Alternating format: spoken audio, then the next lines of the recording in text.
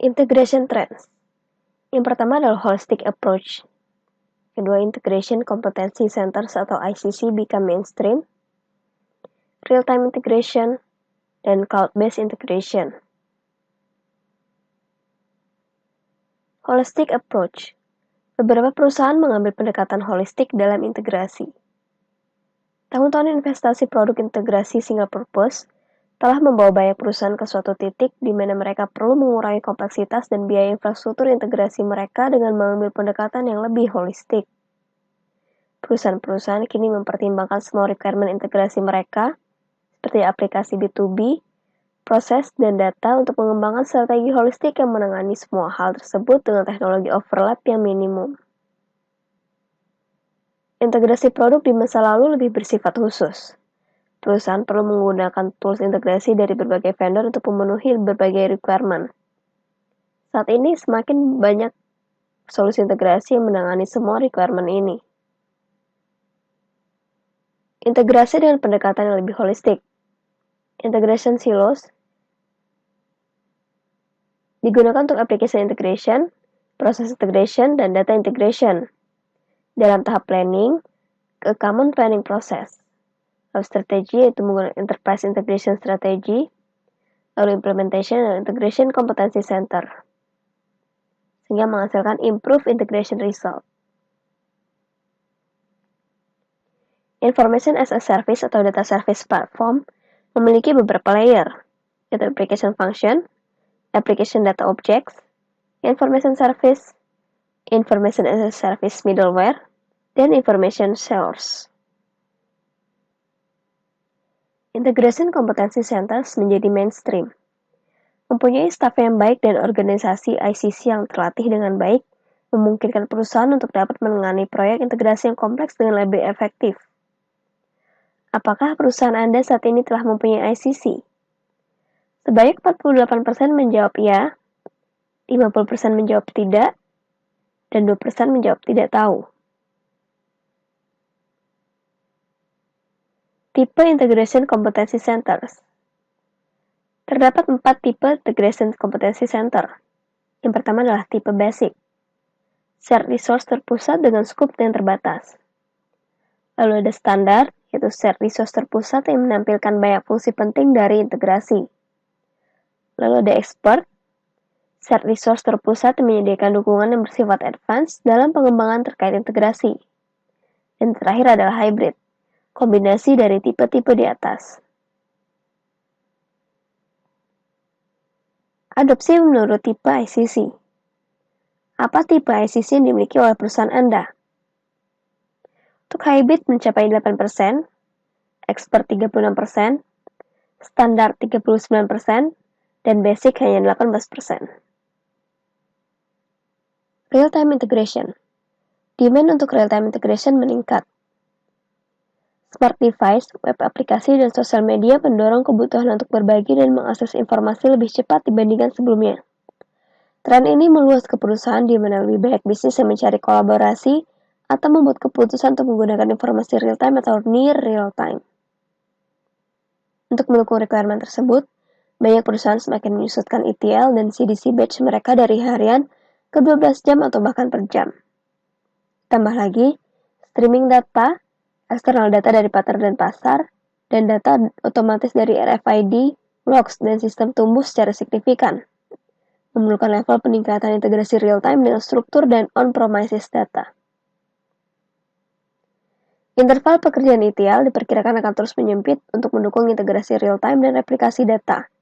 Tetapi ini tidak cukup untuk mengatasi peningkatan volume data dan permintaan untuk akses real-time.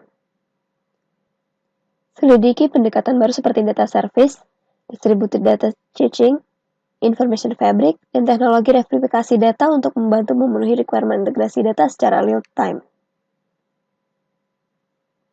Cloud-based integration. Ketertarikan pada integrasi cloud-based yang kuat. Apa yang dimaksud dengan cloud-based integration? Menurut Forrester, cloud-based integration adalah integrasi melibatkan resource dan aplikasi cloud-based. Opsi penerapan melingkupi baik solusi on-premise maupun solusi berbasis SaaS. Apa strategi perusahaan Anda terkait solusi cloud-based integration? terimplementasi sebanyak 4,2%, tidak tahu 8,3%, pilot 9,2%, terimplementasi atau memperluas sebanyak 19,2%, tidak mempertimbangkan sebanyak 22,5%, dan sedang mempertimbangkan sebanyak 36,7%. Penerapan saat ini dan masa depan, CBI menunjukkan keragaman. Opsi penerapan apa yang Anda gunakan atau pertimbangkan?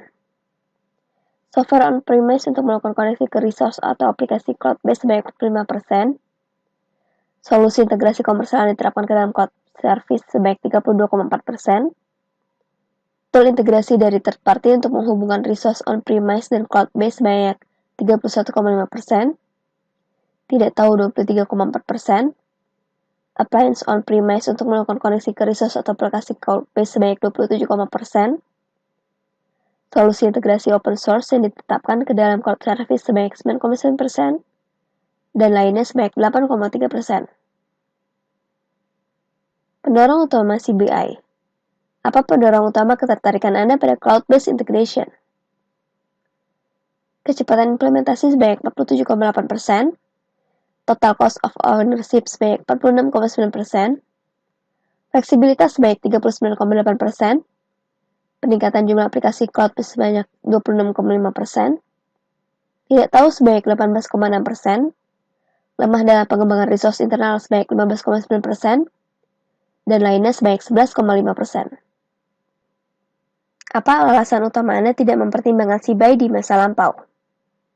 Security mencapai 57,3%, kurangnya bisnis case yang menarik sebanyak 47%, hilang kendali terhadap service level sebanyak 37,6%, puas dengan pendekatan yang digunakan sekarang sebanyak 25,6%, kemampuan untuk kustomisasi kurang sebanyak 17,9%, tidak tahu sebanyak 13,7%, dan lainnya sebanyak 6,8%.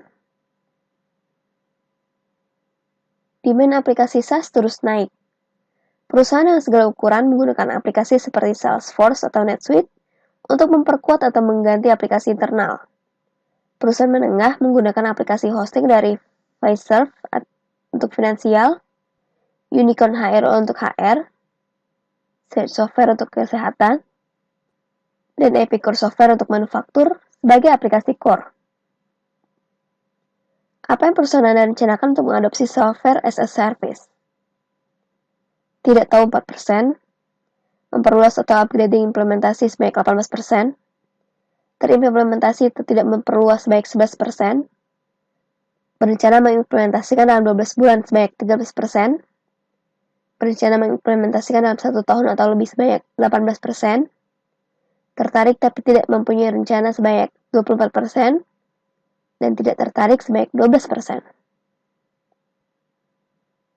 Dari yang telah dijelaskan, dapat disimpulkan bahwa Big Data adalah fenomena yang terjadi secara alami akibat perkembangan volume data yang sangat besar, didukung oleh ketersediaan teknologi implementasinya. Big Data dalam sebuah perusahaan mungkin terpisah dalam berbagai platform yang berbeda-beda, sehingga perlu solusi integrasi sistem untuk mengintegrasikannya agar mendapat benefit yang terbaik bagi organisasi.